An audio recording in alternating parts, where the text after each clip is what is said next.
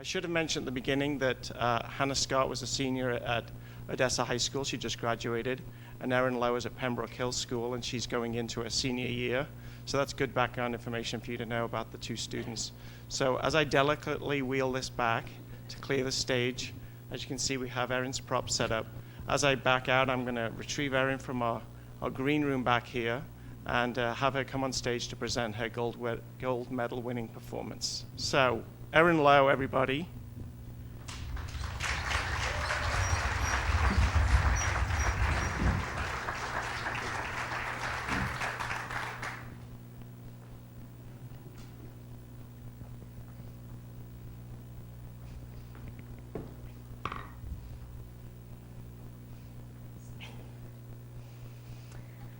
Hi, my name is Erin Lowe, and today I will be presenting Suffrajitsu, the women who fought back.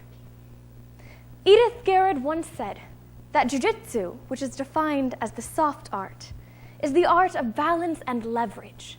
In the early 1900s, suffragists all over the world were learning just how difficult it would be to acquire the vote for women. In England, many people today view 1866 as the first year of British women's suffrage, because that was the year that a petition to Parliament with over 1,500 signatures was signed, requesting the right to vote. The next 40 years are often referred to as the doldrums, because though women continued peacefully protesting and petitioning Parliament, no significant headway was made regarding their endeavors. But in 1905, protests became militant, and the voices of these women were finally heard.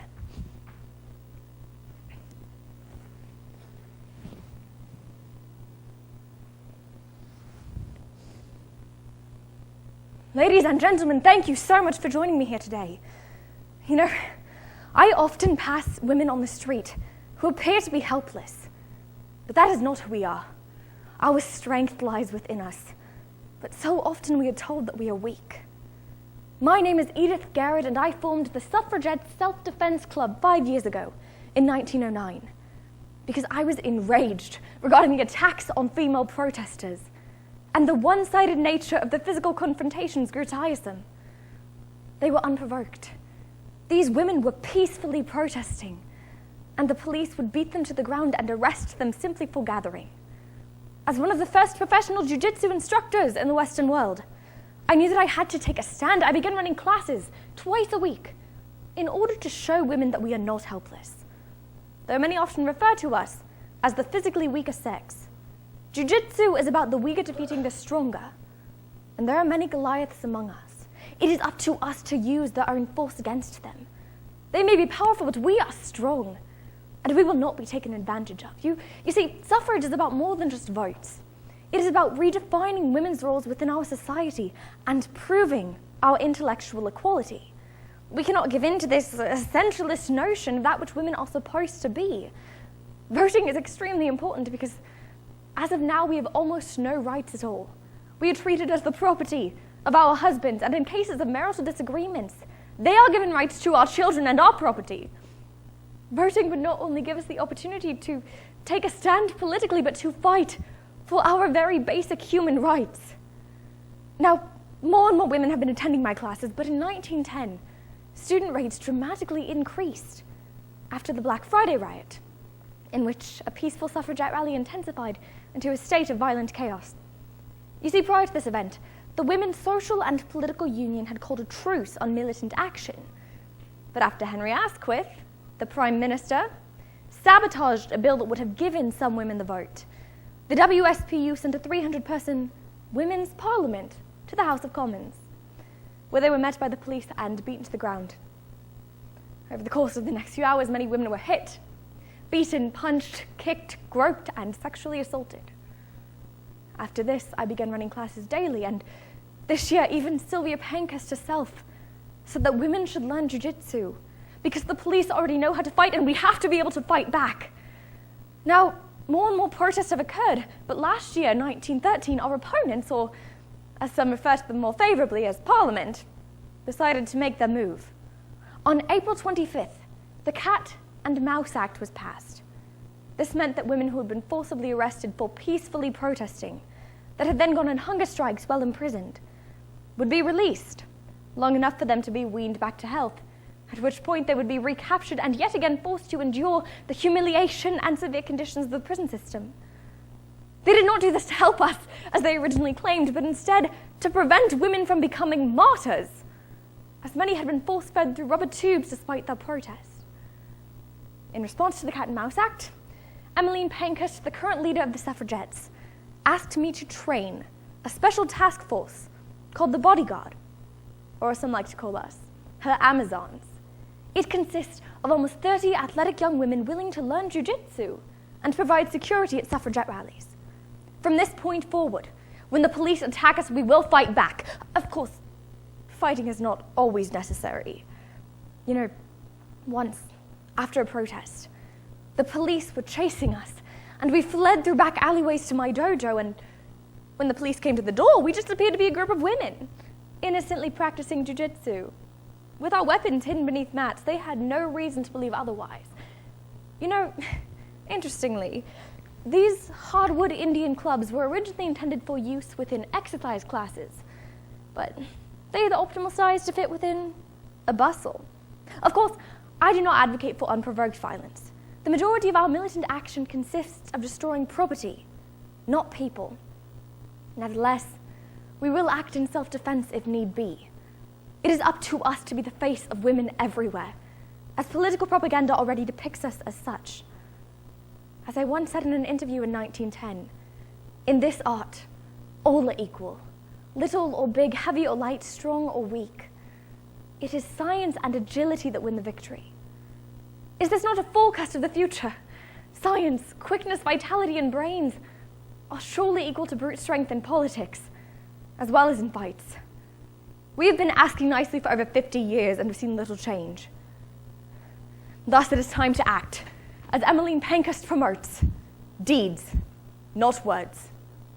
We will let our actions speak for us, and they will have no choice but to listen.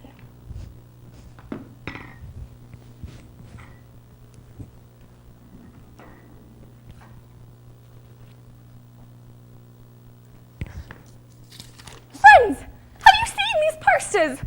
They are but vulgar caricatures of women created to combat the newly militant wing of women's suffrage. Yes, of course there's also positive propaganda, but not nearly enough.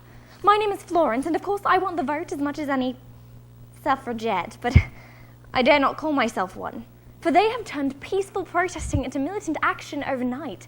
I, for one, do not wish to engage in the batterment and the bludgeoning of men simply to portray my political beliefs. These radical women are only hurting their cause by using physical means to state their claims. They have destroyed post boxes, set fire to buildings and homes, thrown rocks through shop windows, engaged in physical confrontations, and even attacked prominent political figures with dog whips. But militant action is not the answer. It only further deters other citizens from joining their cause. Prospective participants fear violence, social associations, and even death. But it is not their responsibility to fight back physically, and if they do so, we may never see the vote. Of course, I am not against suffrage per se, just the militant action used to achieve it. Nevertheless, there are many individuals who are against women's suffrage at all, mainly because they still view women as inferior to men or believe that their place is in the home. And then, of course, there are many divisions among women, and many have no interest in politics and do not even want the vote, but the women's suffrage movement is not running a coherent campaign. It is so divided, even among suffragists, because many do not believe in using violent tactics. In addition to all of this, the current Liberal government is dealing with a multitude of other issues, such as social reform, trade unions, an arms race with Germany. War in Europe is inevitable. Furthermore, the tactics of the Women's Social and Political Union have left much to be desired. Many people are now saying that women do not deserve the vote if they act in this way, and personally, I think that they have only moved their cause backwards, but who knows? They are not done fighting. And they were not done fighting, but the war intervened. In 1914, the Women's Social and Political Union changed direction and put its voice to use for the war effort. Yes, eventually they did obtain the vote for women over the age of 30 in 1918, and voting equality in 1928. But social equality still does not exist. And we are not done fighting. It is more important now than ever to reinforce these notions of equality within our society. Because though these women did achieve amazing feats, they did not create equality overnight. Because there are many countries today in which women still cannot vote. Because women are still catcalled on the streets. Because a wage gap of 21 cents is too much to throw away. Because 1 out of every 6 women will be a victim of sexual violence in her lifetime. This movement wasn't truly about militancy. It was about equality. And it was a start. Regardless of the methods that these women used to state their claims, they said something. They didn't remain passive and demure as they were told to. And whether or not one agrees with their tactics, it is undeniable that they took a stand for that which they believed in. So let us learn from this. We may not agree on solutions, but let us first agree on problems, and then let us solve them together. Our society is not perfect, but as long as we recognize this fact and do our best to advocate, speak out, and truly listen to one another, then we will be one step closer to creating a brighter future for everyone. Thank you so much.